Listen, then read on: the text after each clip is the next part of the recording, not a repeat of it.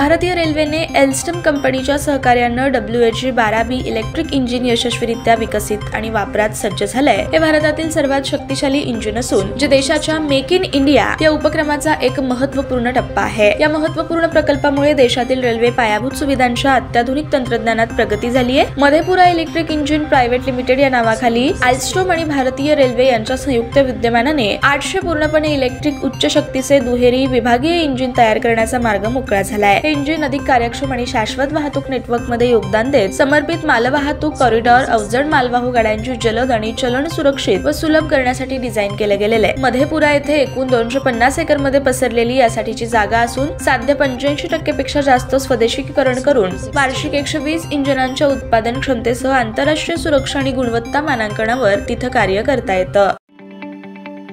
ताज्या बातम्या पाहण्यासाठी प्राईम महाराष्ट्र न्यूज चॅनलला सबस्क्राईब करा।